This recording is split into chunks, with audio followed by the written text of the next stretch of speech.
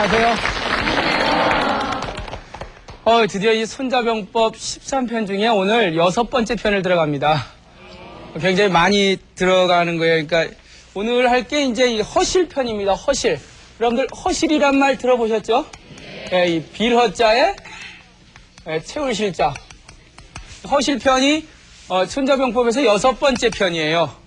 그러니까 13분의 6을 한 거죠. 6번째 편이니까 굉장히 꽤 많이 한 겁니다. 벌써 한 중반전으로 이제 뭐 지나가고 있는데, 그 허실이라고 하는 이 말 뜻은 뭐예요? 비었다, 찼다. 사람이든 조직이든 뭐 어떤 곳이 있으면 어떤 곳이 있어요. 빈 곳이 있으면 찬 곳이 있단 말이에요. 예? 물론 다 빈 사람도 있어요. 예? 꽉 찬 사람도 있고, 뭐 배추도 보면 뭐 실한 곳이 있고 허한 곳이 있죠. 그러니까 허실이라고 하는 건 결국은 상대방 조직에 또 내 조직에 갖고 있는 찬 곳과 빈 곳이에요. 그 빈 곳을 찾아내란 말이에요. 그리고 내 강한 것을, 실한 것을 그 빈 곳을 향해 돌격하란 말이에요. 그 당태종이라고 아시죠? 당태종. 그 당태종이 손자병법을 굉장히 좋아했어요. 그래서 손자병법을 읽으면서 손자병법 13편 중에 이 허실편이 가장 요체다. 손자병법의 핵심이다. 라고 아주 선언적으로 얘기를 합니다. 그리고 이 허실이라고 하는 개념은 이 허실, 그 다음에 이 형, 모양, 그리고 세, 요 세 개념이 첫 번째, 두 번째, 세 번째, 요 허실과 형, 세, 요 세 개념이 손자병법의 삼위일체라고 얘기하는 사람이 많습니다. 손자병법 하면 허실, 형, 세, 이 세 가지로 가지고서 조직을 운영하는 시스템이다 라고 보는 이 손자병법 연구하시는 분들이 굉장히 많아요. 그 허실편의 사실 원래의 특징은 뭐냐면은 이 네 글자로 표현할 수 있을 것 같아요. 이 피할 피자에 이 찰실자 피실 격허, 이게 무슨 뜻입니까? 예? 저 상대방이 꽉 차 있는 건 피하고 상대방이 비어 있는 것을 공격하라. 아유, 좀 야비하네요. 아니, 상대방이 빈 곳을 때리라니. 전 도덕군자라 차마 그건 못하겠어요. 저는 이런 걸 보면서 이제 많은 분들이, 과연 그렇게까지 해서 싸워서 이겨야 되는 건가요? 그런 질문 안 드세요? 그런 생각? 이겨야 돼요? 그래도 끝까지 이겨. 저는 그냥 본래 인간의 모습으로 돌아와서 과연 상대방이 그 빈 곳을 내 강한 곳으로 푹 쳐갖고 그렇게까지 이겨야 되나?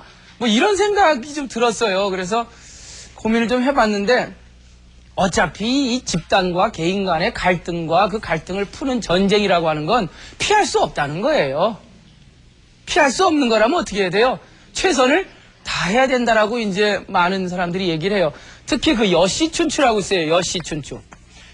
여불이라고 하는, 여불위라고 이제 진시황제의 생부라고 알려져 있는데, 사실 뭐 그건 이제 사마천이 본 그 역사적인 사실이고, 실제로 그런지는 아무도 확신할 수는 없죠. 그 여불이라고 하는 이 진나라, 진시황제의 생부라고 알려져 있는 그 여불이라고 하는 재상이 주로 편집해서 만든 여시춘추라고 하는 진나라 시대의 통일왕국의 책이 있어요. 그 책에는 전쟁이라고 하는 거는 필요하기다라고 얘기를 해요. 예를 들어서 이제 그 여시춘추의 논리가 그거예요. 이제 탕병편에 보면은 인간에게 누구나 밥은 필요한 거다.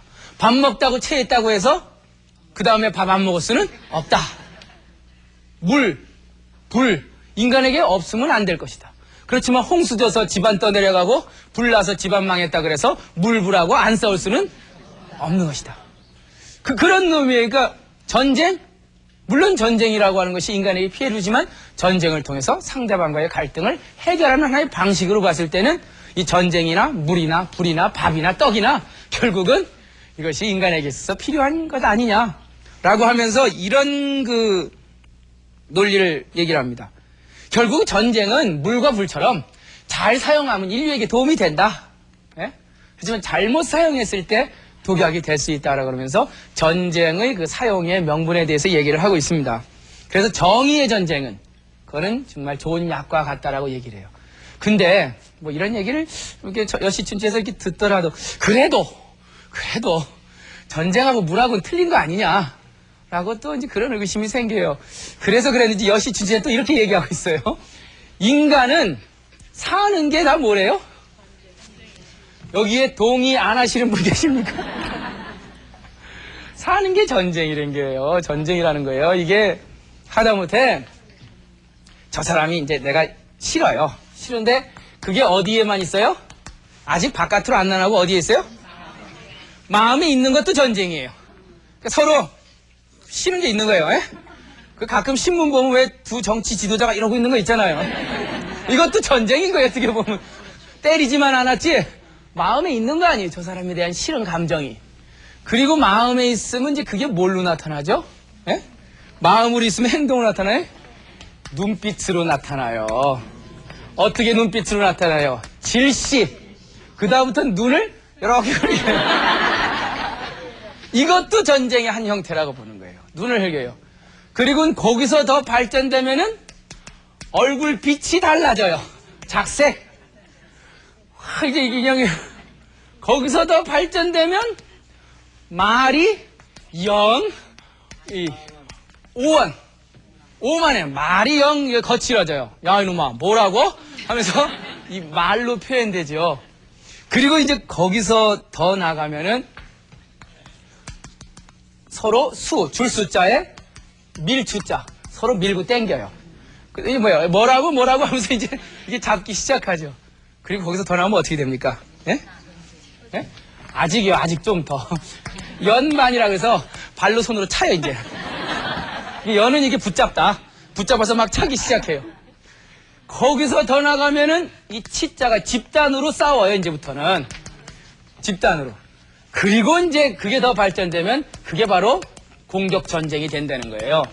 어떻게 보면은 상대방 조직과 상대방에 대해서 내가 싫은 마음을 갖고 있는 것도 그것이 눈빛으로 나타나든 그리고 얼굴빛으로 나타나고 나가서 말로 그 다음에 밀치고 다리로 차고 야 우리 같이 싸우자고 집단으로 나가고 마지막 공격 전쟁에 이르기까지 이 8가지 과정이 다 뭐예요?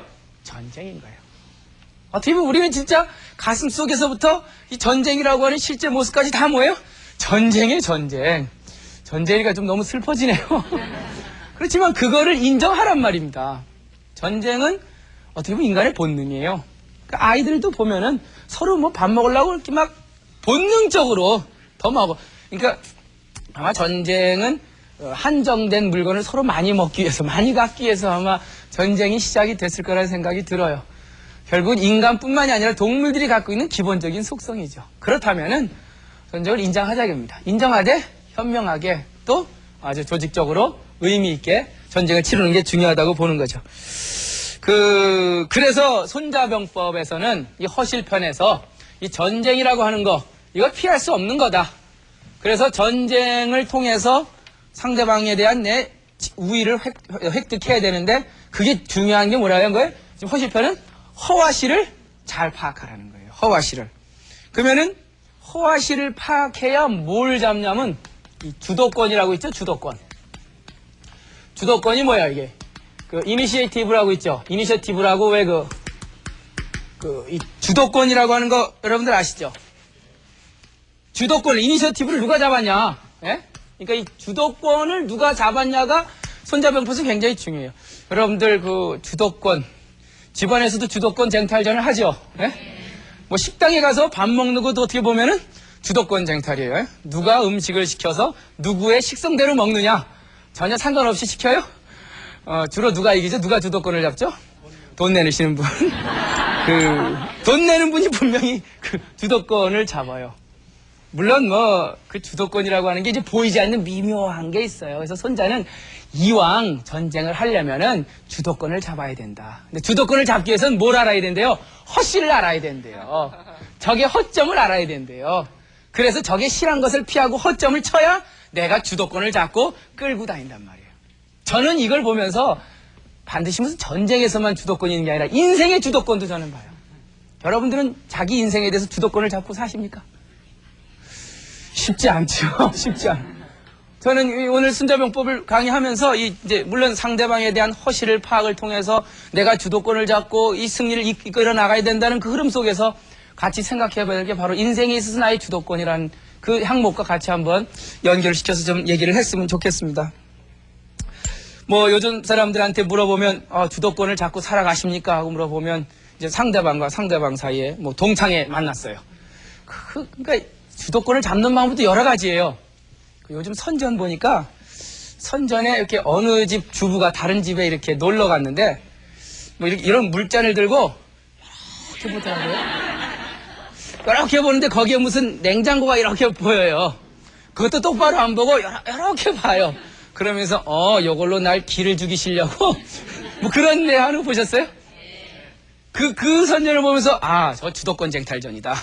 그러니까 저거를 갖다 놓음으로써 나한테 기를 죽여서 내 주도권을 잡아가겠다는 얘기다. 오죽 주도권 잡을 게 없으면 뭘로 잡아요? 냉장고로 잡는 시대가 됐어요. 아니 오죽 잡을 게 없으면 아파트 평수로 주도권을 잡는데도요? 입고 다니는 옷, 뭐 반지, 돈 별거 아닌 별거죠. 근데 아주 중요한 거죠.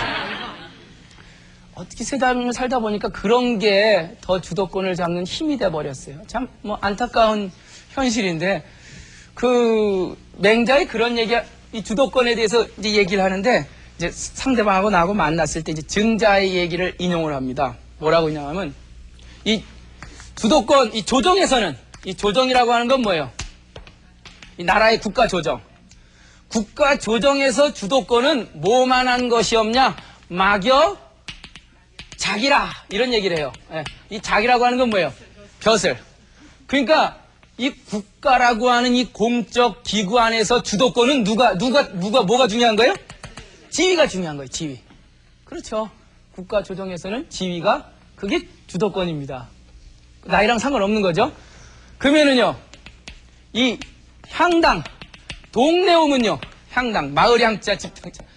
동네 오면은 뭐가 결국은 주도권이라고 보냐면은, 이 이빨 많기가 이제 연치라 그래요, 연치. 사람은 이라 그러고 동물을 이빨이라 그럽니다. 그러니까 사람의 연치가 누가 맞느냐. 즉, 동네에서 주도권은 뭐예요? 나이입니다, 나이. 그 다음에 이제 보세장민. 세상에 얼마나 내가 도움이 되고, 그리고 세상의 백성들한테 얼마나 내가 이익이 되느냐. 보세장민에서는 결국 이 덕이다, 인격이다. 저는 이제 해석을 이걸 그렇게 봤어요.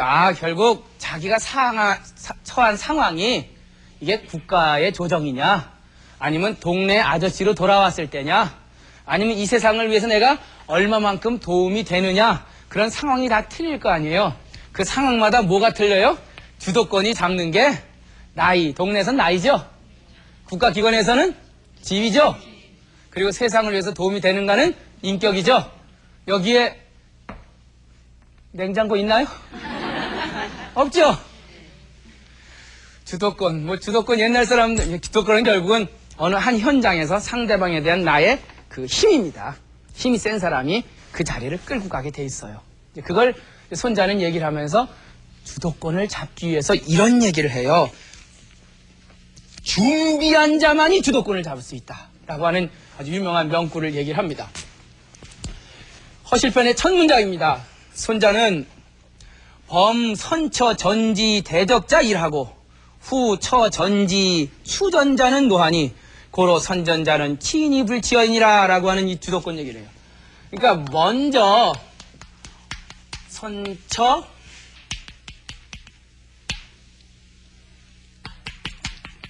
자, 지금 손자는 주도권을 잡는 게 굉장히 중요하다고 봐요. 결국 주도권을 잡는 데서 제일 중요한 거는 적에 대한 허실을 얼마만큼 정확하게 파악하느냐가 중요한 요건으로 봅니다. 그러면서 어떤 부대든 먼저 대기하란 말이에요. 어디 가세요? 전쟁터에 선처전지하여 먼저 전쟁터에 가서 딱 준비를 해놓고 대적자 누구를 기다려요? 적을 기다리는 자는 편안할 자 편안해요. 편하다는 게 뭐예요? 이미 준비를 다 끝내놨기 때문에. 그런데 상대방보다 늦게 전쟁터에 도착을 해서 땀을 뻘뻘 흘리면서 전쟁을 하려고 달려가는 자는 고생만 할 것이다. 이게 전쟁터 얘기만은 아니에요. 이게 인생을 살면서 학교를 다니든 직장을 다니든 먼저 가서 준비한 자는 편안하죠. 그리고 지형에 대해서 내가 처한 상황에 대해서 상대방의 허실에 대해서 조금이라도 더 생각할 기회를 느낄 수 있어요. 근데 뒤늦게 가갖고 상대방은 준비 다 끝내 있는데 가서 싸워봤자 나는 고생만 하고 피곤할 거라. 주도권은 누가 가져요? 준비된 자에게 주도권은 넘어갈 것이다. 결국 주도권을 갖는, 이니셔티브를 갖는다는 게 뭐예요? 자유를 갖는 거예요. 네? 행동의 자유를 갖는 거예요. 전장에서 상대방과 우리 부대가 싸우는데 먼저 가서 기다리고 준비한 자가 주도권을 진다는 얘기는 그만큼 내 운신의 폭이 넓어진다는 겁니다. 그만큼 행동의 자유가 열려져 있다는 거예요. 생각해볼 기회도 더 많다는 거예요. 결국 주도권 그 하나로 끝나는 게 아니라 상당히 많은 부수적인 걸 얻을 수 있어요. 준비한 자만이 주도권을 얻을 수 있다. 그러므로 손자는 얘기합니다. 진짜 선전하는 사람, 전쟁을 잘하는 사람은 굉장히 중요한 손자의 치인이 불치어인이라고 하는 유명한 말을 내놓습니다. 진정으로 전쟁을 잘하는 사람은 치인해야지 치어인하지 않는다. 예? 치라고 하는 건 뭐예요? 누구를 초치하다, 초청하다 이런 뜻이에요. 남을, 사람 인자는 한문 번역에서 다른 사람이에요. 진짜 전쟁을 잘하는 사람은 다른 사람을 자기 마음대로 끌어들이지 다른 사람에게 끌려다니지 않는다. 해석됩니까? 네. 자, 여러분들 치인이 불치어인. 이 손자병법의 명언이에요. 내가 상대방을 주체적으로 끌고 다니지 남에게 끌려다니지 않는다 이겁니다. 이게 주도권이에요. 이게 행동의 자유고 이게 조직의 자유입니다. 그만큼 선택의 폭이 넓다는 거예요. 치인이 불치어인. 이 주도권 쟁탈전이 아주 쉽지 않습니다, 이게.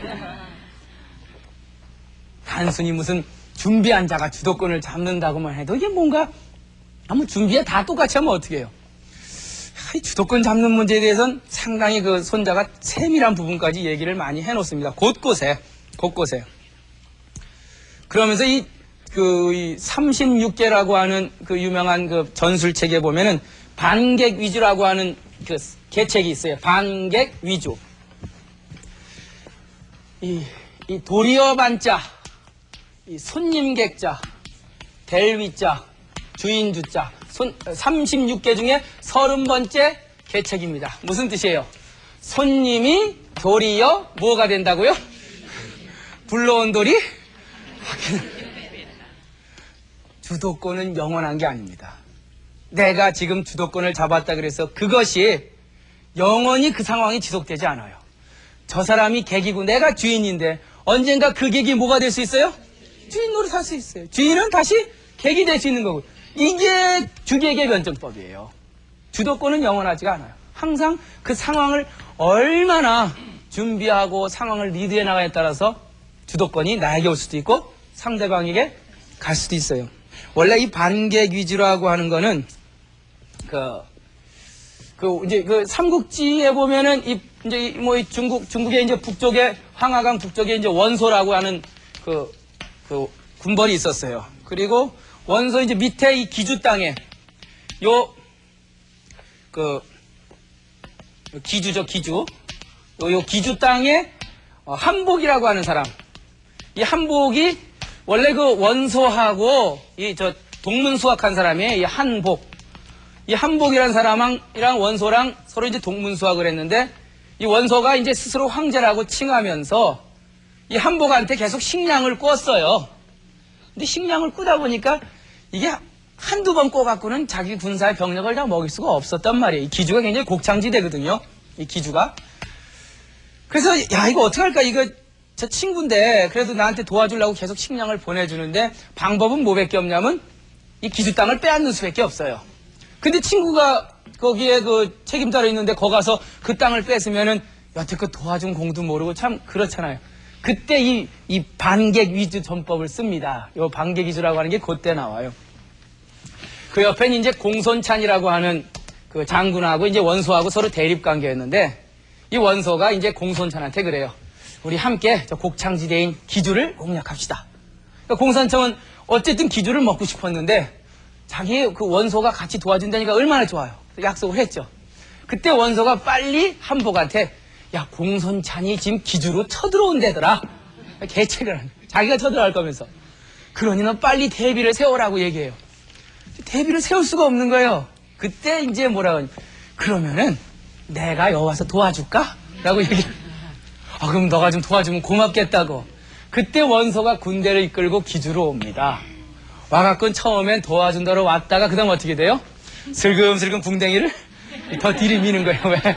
그 있잖아요. 주도권이라는 게 이게 처음에는 비켜 이게 아니라 살짝 갔다가 이렇게 조금 더 그리고는 너가 이제부터는 작전권은 내가 가질게. 예? 그리고 뭐 경제권은 내가 가질게. 그리고 내 부하를 걷다가 등용해라. 이러다 보니까 기주가 누구한테 넘어갔어요? 원수한테. 또 손님이 와서 뭐가 된 거예요? 주인 노릇을 하는 거예요. 이거 잘못하면 이런 경우 많아요. 회사에서도 그렇고 나라에서도 그래요. 슬슬슬슬 어느 나라가 들어와서 뒤집고 들어오면 어느덧 주도권이 아무것도 없어요. 경제권, 정치권, 군사권 다 뺏기는 경우가 있단 말이에요. 결국 주도권이라고 하는 거는 영원한 것이 아닙니다. 이니셔티브를 잡아라. 이게 손자의 명제인데 이거는 끊임없이 상황을 어떻게 해요? 이해하고 그 상황 속에서 나의 액션을 정할 때 손님이 도리어 뭐가 될 수 있어요? 그럼 제가 강의 듣고 여러분이 와서 강의하시는 것도 관객 유치가 결국 주도권은 만들어 나가는 것이고 주도권은 변화에 적응할 때 유지가 되는 겁니다. 손자가 살던 시대는 정말 변화무쌍한 시대였어요. 우리는 그 시대를 춘추 전국시대라 그러죠. 물론 춘추시대에서 전국시대로 넘어가는 시기예요. 이 춘추시대와 그리고 이 전국시대라고 하는 그 사회적 변화는요. 몇 번 강조했지만은 이때는 청동기 문화란 말이에요. 그리고 물론 철기도 만들어졌지만 대부분이 이쪽 전국시대에 오면서 철기 문화가 보편화돼요. 이게 뭘 의미하냐면 요즘 우리나라 인터넷 정보통신혁명이랑 거의 같은 의미를 지녀요. 옛날 청동기로 싸움하다가 철기로 싸움한다는 건 뭐예요? 어마어마한 폭발적인 전투력을 갖는다는 얘기예요. 그리고 이 당시에는 뭐 전차전인데 이때 오면서 보병전으로 바뀌어요. 그러니까 지금 사회가 막 엄청나게 바뀌는 거예요. 이때는 거의 전술이라는 게 개념이 없었는데 이쪽 오서면은 보병이 있으니까 보병은 뭐예요? 아무데나 갈 수 있잖아요. 산에도 갈 수 있고 물에도 갈 수 있잖아요. 그러니까 전술 개념이 생겨요. 그만큼 이 시대는 어마어마하게 이전 시대보다 뭔가 변화되는 그런 아주 변혁의 시대였단 말이에요. 이때 이 변혁의 시대에 적응한 자만이 살아남으신 그런 자만이 뭘 지는 거예요? 이니셔티브를 지는 거예요. 주도권을 지는 거예요. 그래서 결국은 이 변화의 시대를 재빨리 인식하고 그 변화에 맞춘 나라가 어느 나라였어요? 진나라가 상황을 재빨리 이해했던 거예요. 그리고는 그 변화에 자기를 적응시킨 거죠. 그래서 어쨌든 중국은 진나라에게로 넘어가게 된 거예요. 그러니까 손자는 결국 이 시대에 살면서 빨리 이니셔티브를 지우기 위해서는 변화라고 계속 강조를 하고 있습니다. 이 손자의 그 이론을 보면은 이 그리스라고 하는 이 지중해의 이 국가, 이 그리스라고 하는 나라는 이제 뭐요 이탈리아 이 장화처럼 생긴 옆에 있는 나라인데 이 지중해로 보면은 여기 이 그리스라고 하는 이 그리스 군대가 원래는 로마 군대보다 훨씬 강했어요. 근데 이제 로마 군대한테 이제 완전히 패전을 하죠. 근데 그리스 군대가 왜 강했냐면은 이제 이 호플라이트라고 하는데 이 호플라이트라고 완전 중무장한 이 갑옷 입은 병사예요. 갑병을 이제 호플라이트라 그래요. 그러니까 그리스 군대 하면은 온 몸을 막 투구에다가 그냥 이 발 덩덩이에 대는 이 갑옷 해갖고 약 한 34kg 정도의 중무장을 해요. 그러니까 거의 뭐 그냥 움직이지 못할 정도로 하죠. 그리고 이들은 뭘 하냐면은 2m 창을 들고 그리고 이 호플라이트들 이 중무장한 이 그리스 군대는 어떻게 싸우냐면은 주로 이제 농업 국가였으니까 전쟁을 하면 어떻게 싸우냐 스파르타 있죠. 스파르타, 아테네 이런 군대 이 도시 국가에서 싸울 때 농업을 하니까 뭐예요? 농사철이 끝나고 수확을 다 끝낸 다음에 어느 날 언제 어디서 우리 만나서 한판 할까 약속을 하고 그리고 펠랭스라 그래서 완전히 중무병한 호플라이트, 이 중무장 갑병들이 방진 형태를 취해요. 이 펠랭스라고. 완전히 네모나게 착착착착 밀집 대형으로 해서 이쪽 밀집 대형하고 어때요? 돌격 앞으로 가는 거예요. 아무 생각 없는 거예요. 그냥 거기서 필요한 건 뭐예요? 용기. 용기가 중요하죠? 아, 용기 중요해. 그 용기 하나만 갖고 버티는 거예요. 그런데 그 개인의 용기, 그 용기가 상대방하고 붙어서 힘을 발휘할 때가 있었지만, 그러나 이미 상황은 용기만 갖고 그 군대가 힘을 발휘할 수 있는 시대가 아닌 거예요. 용기보다도 더 많은 전략과 전술이 필요하던 시대였단 말이에요. 그러니까 그리스가 로마한테 그렇게 깨질 수밖에 없었던 이유는 결국은 변화하는 시대를 못 읽은 거예요. 다시 말하면 영원한 강자는 없습니다. 물론 변화에 성공한 로마가 그리스 군대를 이기고 그야말로 이 지중해의 전체적인 패권을 장악했지만 로마도 1000년 갔어요? 못 갔죠. 로마도 역시 오래 가면서 주도권을 잃는단 말이에요. 물론 뭐 그 주도권이 뭐 유럽으로 해서 아메리카로 해서 요즘 우리 이쪽으로 온다며요. 뭐 어쨌든 그런 문명 이동론도 있지만 그 주도권이라고 하는 건 결국은 영원히 가는 것도 아니고 그 상황에 맞게끔 나를 얼마만큼 적응하고 적용하느냐가 이 주도권이에요. 여러분들 주도권 절대 잃으시면 안 돼요. 네. 자, 그런데 이 주도권을 과연 어떻게 유지할 거냐? 이제 이게 중요해져요. 지금 손자가 뭐라 했지? 주도권을 잡아라. 잡았는데 잡았으면 어떻게 돼요? 유지해야 되잖아요. 주도권은 왜요? 영원한 것이 아니었기 때문에. 주도권을 유지하는 방법에 대해서 손자는 아주 기발한 아이디어를 내고 있어요. 네? 손자가 이 주도권을 유지하는 방법으로 뭔 얘기하고 있냐면은 이런 얘기를 하고 있어요. 자, 손자는 이 주도권을 잡으라고, 즉 치인해야지 치어인하면 안 된다. 내가 상대방을 끌고 다녀야지 상대방에 끌려다니지 마라 라고 강조를 하면서, 그러면 이 치인, 즉 주도권을 내가 가졌는데 그걸 어떻게 유지할 거냐, 그 유지하는 그 아이디어를 내고 있는데 그 아이디어가 이 문장이에요. 능히 적인 상대방 적사람으로 하여금 제발로 지 스스로 내가 원하는 장소에 이를 짓자. 이르게 하려면 니는 뭐예요? 이익을 주란 말이에요. 이익을 주란 말이에요. 상대방 적인으로 하여금 내가 원하는 장소에 이르지 못하게 하려면 해를 주란 말이에요. 결국 주도권을 끌고 나가는 건 뭐예요? 니와 상대방이 이쪽으로 오면 내가 제일 좋겠어요. 에? 그러면 방법은 딱 한 가지예요. 주도권을 가지려면 어떻게 가져야 돼요? 여기다가 저 사람이 좋아하는 미끼를 걸어놓으면 돼요. 이익을 주면 돼요. 상대방에게 내가 저기 가는 게 이익이다라는 생각만 주면 얼마든지 이를 끌고 오게 할 수 있어요. 여기 오고 싶게 하지 않으려면요, 여기 오는 게 손해라는 생각만 주면 돼요. 기발한 생각 아니에요? 힘으로 할 필요 없단 말이에요. 너 일로 와, 안 와, 이게 아니란 말이에요. 에?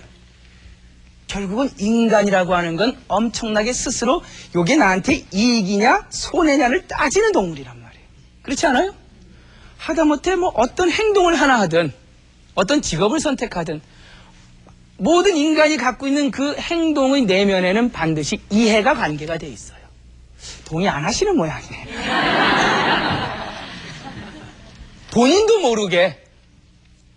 모르게 그 행동의 이면 속에는 결국은 이게 나한테 이익이 될 거다, 아니면 손해가 될 거라고 하는 그 어떤 내면의 심리가 있단 말이에요.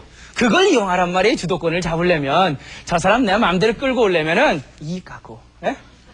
이 사람 오기 싫으면요, 와봤자 손해라는 생각을 주게 하면 돼요. 결국 이해관계로서 상대방을 끌고 나간다. 이게 이제 주도권을 잡는 그 방법론이에요. 그래서 하다못해 그 외교를 할 때라도 이걸 좀 갖고 이제 만약에 우리가 다른 나라하고 외교를 한다. 그러면 명분 이것보다는 결국은 저 나라가 왜 우리나라랑 같이 경제 협력을 하려고 하는지, 저 사람이 여기 왜 왔는지, 비행기 팔아먹으러 왔는지, 아니면은 무슨 특별한 이해관계가 있을 거란 말이에요. 그거를 파악해야 돼요. 정확하게 그것도. 그게 뭐예요? 허와 실을 파는 거죠. 상대방의 그 의도를 알아채려서 이런 이해관계에 얽혀서 행동을 한다는 걸 인정을 하고 저 사람이 나에게 오게 하려면 그 이익을 주란 말이에요. 오지 못하려면 해를 주란 말이에요. 그랬을 때 마음대로 외교도 누가 끌고 가는 거예요? 내가.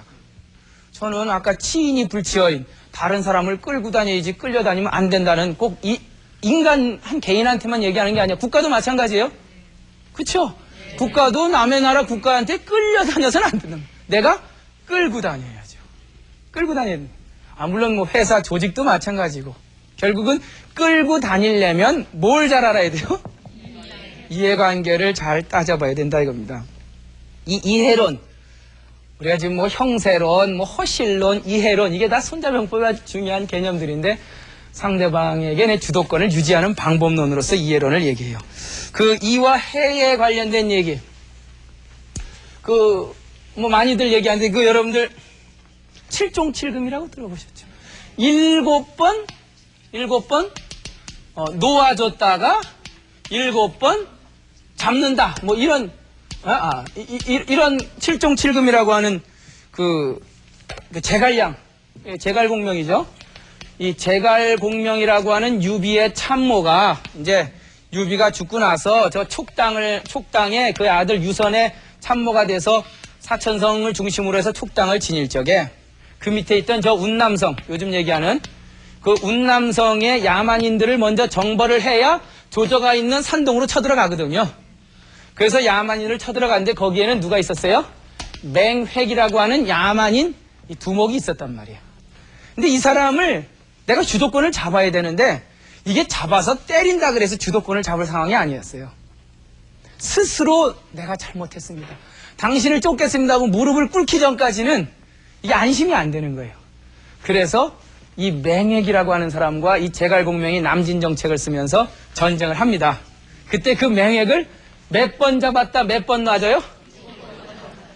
이게 놓아줄 종자고 이게 잡을 금자인데 먼저 놓아주고 잡나요?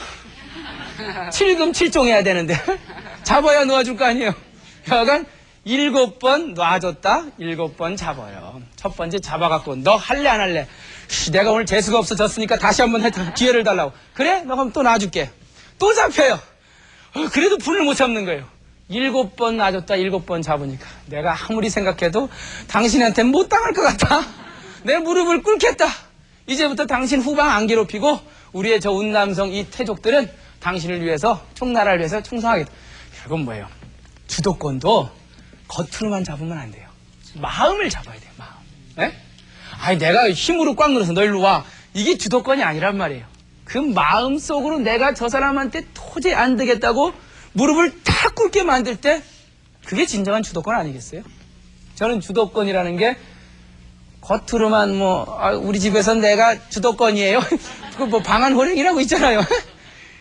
그 실제로 마음까지 주도권을 잡고 있는지 모르겠어요. 진짜 주도권은 그 사람의 뭐예요? 마음까지도 잡는. 그래서 7종 7금이라는 건 그 맹획이라고 하는 이 운남성 이 남만족의 그 마음을 잡기 위해서 7번 놔줬다 7번 잡은 거예요. 그러니까 딱 그 무릎을 꿇죠. 주도권에 대해서 이 이해론, 특히 이제 주도권을 잡기 위해서 아까 그 니와 해를 계속 사용을 하라 그랬는데 그 이해론에 대한 몇 가지 그 손자병법의 내용들을 좀 잠시 한번 좀 정리를 해보죠. 자, 이 이해론, 잡어 이해, 잡어 니해라 이런 말이 있어요. 잡어 이해라는 얘기는 뭐냐면 결국은 이로움과 해로움을 어떻게 잡은 거예요. 믹스해란 말이에요. 믹스. 그러니까 요즘 말하면 채찍과 당근을 동시에 사용하란 말이에요. 이게 주도권 잡는 그 핵심 언어예요. 그러니까 어떤 사람은 계속 상만 줘서 안 될 사람이 있어요. 그럴 때는 어떻게? 따끔하게 채찍을 쳐야 돼요. 또 매일 벌만 줘서 안 될 사람이 있단 말이에요. 그럴 때는 어떻게 해요? 당근도 줘요. 그러니까 이 조직을 끌고 나가는 리더들은요. 니와 해를 적절하게 믹싱을 해야 돼요. 에? 그래서 리라고 하는 걸 믹싱을 했을 때, 자버리 할 때, 그말 때 어떤 일이든 가히 자기 조직원들에게 믿게 할 수 있는 거예요. 상대방에게도. 그리고 내가 이젠 해를 갖고 믹싱을 하겠다. 그러면 어떠한 환란이든 근심한 자 내가 뭐 할 수 있어요? 제거할 수가 있는 거예요. 그러니까 상대방에게 이 제거한다는 게 풀해자죠. 상대방에게 믿음을 주고 내 근심을 제거하기 위해서는 니와 해를 어떻게 해요? 적절하게 믹싱을 했을 때 내 주도권, 이니셔티브는 내가 지고 나간다 이겁니다. 여러분들 주도권을 다 잡고 살고 계시죠?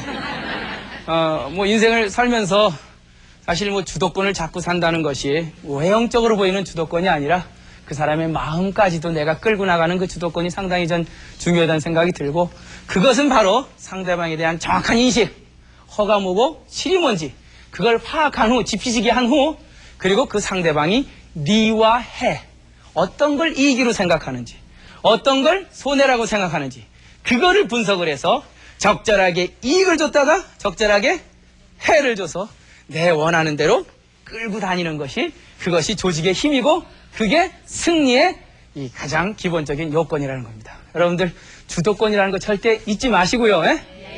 자, 오늘 주도권 얘기하면서 강의 마치겠습니다.